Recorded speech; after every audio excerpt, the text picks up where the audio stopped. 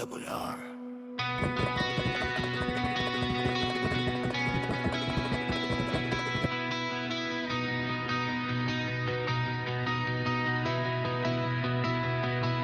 Noong Disyembre 4, taong 2004, sa bayan ng Dapa, may apoy na sumiklab.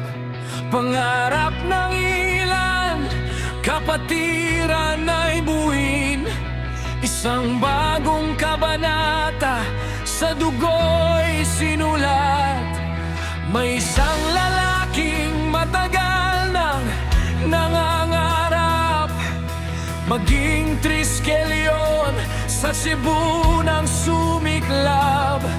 Pagbalik sa sariling lupa, ang mithin ay nabuhay. Si Reynante Espineli, ang apoy ay nagtaglay.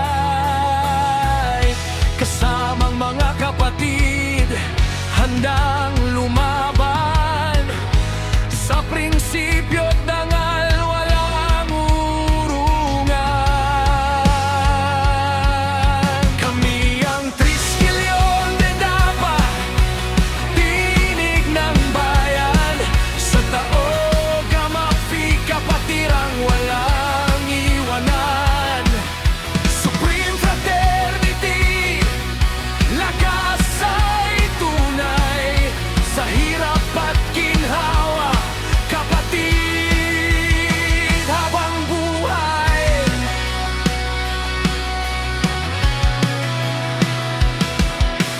Ramel Borga, Jonah Inhaines, Yunsyon at Jonas Pansakala.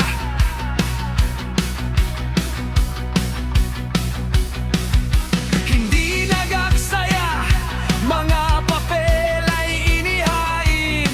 Sa Taog Amafi, sa Triskelion de Surigao Norte Provincial Council, naaprubahan ang mithin. Dapa'y nabigyan ng mithin. Quality over quantity, paninindigan namin. Hindi sa dami nasusukat ang tunay na mithin. Dalawang Alexis lang ang unang tumindig, pero sa tapang at dangal, sila'y nanatiling matibay. Si Reynante Espineli, alaala'y di magmamaliw. At si Roland Sumailo, kodi na nagpatuloy sa laban upang itaguyod ang kapatiran. Batch name nilang Double R, sa gisag ng simula. Sa puso ng Dapa, kapatiran ay dakila. Kami ang Triskelion de Dapa, apoy ng lahi.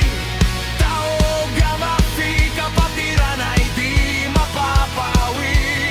Sa prinsipyo't dangal, sama-samang katahak. Sa Triskelion, Gran Fraternity, Dapa ay mananatiling buhay.